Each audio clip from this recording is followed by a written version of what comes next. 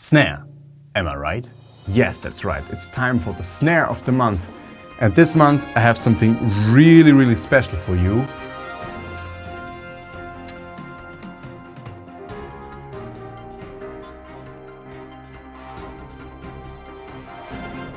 I think it really does not need that much of an introduction. The Ludwig Supraphonic is of course an iconic, legendary, very important snare drum. I've heard from several different sources that it is the most recorded snare drum of all times. Most studio drummers own one. There are hundreds of legendary drummers who played one or play one. It is on thousands, if not millions of recordings. If you don't know what a Ludwig Supraphonic is, please go on Google and do the research yourself, but I'm pretty sure you might be familiar with that iconic snare. There are different versions of that drum.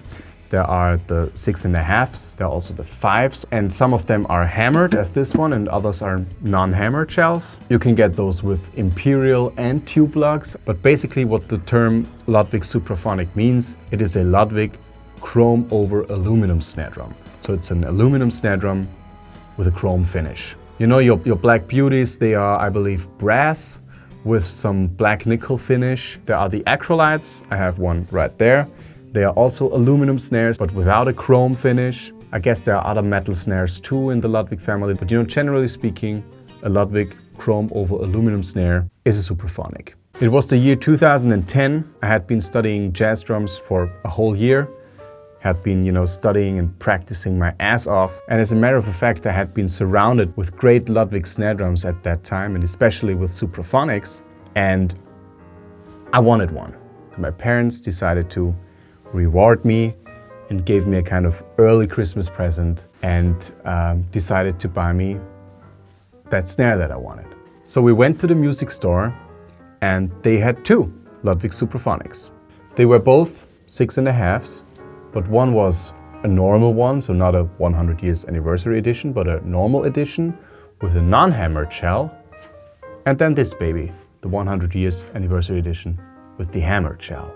And first of all, for some reason, they were much cheaper than today. Today, those high-end Ludwig snares, including the Supras, they're very often being sold for around 1,000 euros, 950 euros or something. Way back in 2010, they were much cheaper. I mean, it's not that long ago, but they were more like around, 600-700.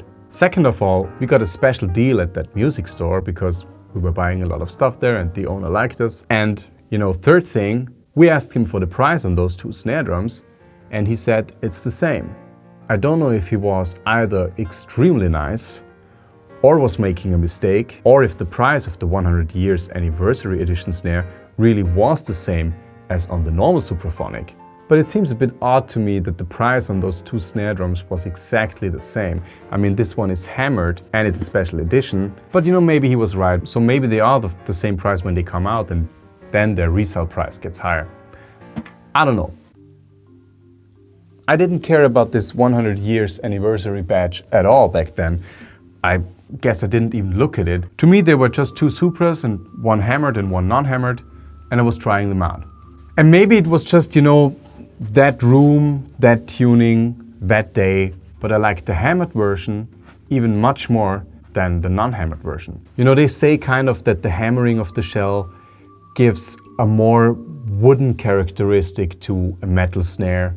So you get some extended low end and maybe some mids or something. You create a best of both worlds scenario. Anyways, I tried them both out and I like this one much better. And we bought it.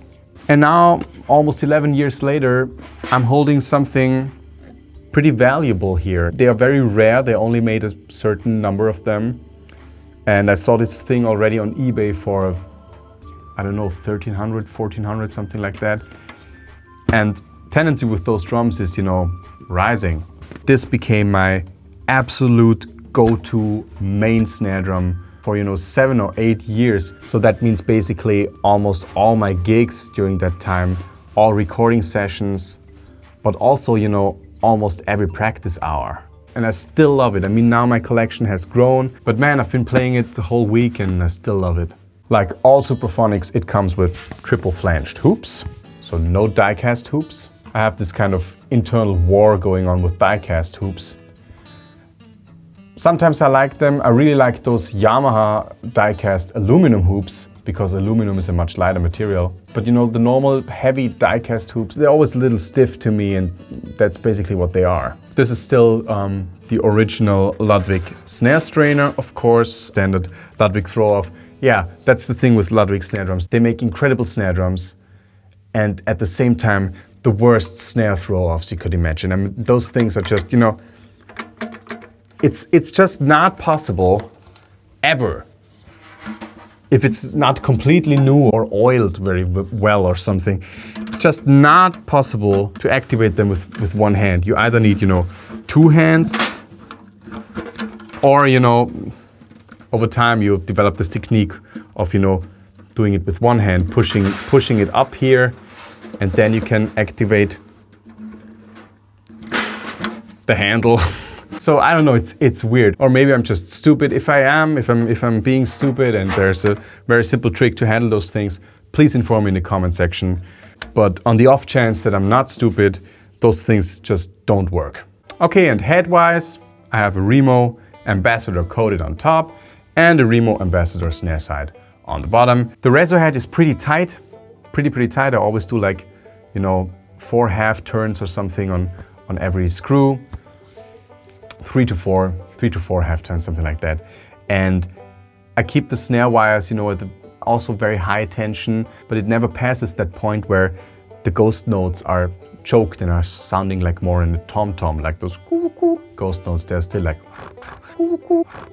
So I keep it loose enough to let the ghost notes still, you know, breathe and be like snare drum notes, so they're not choked.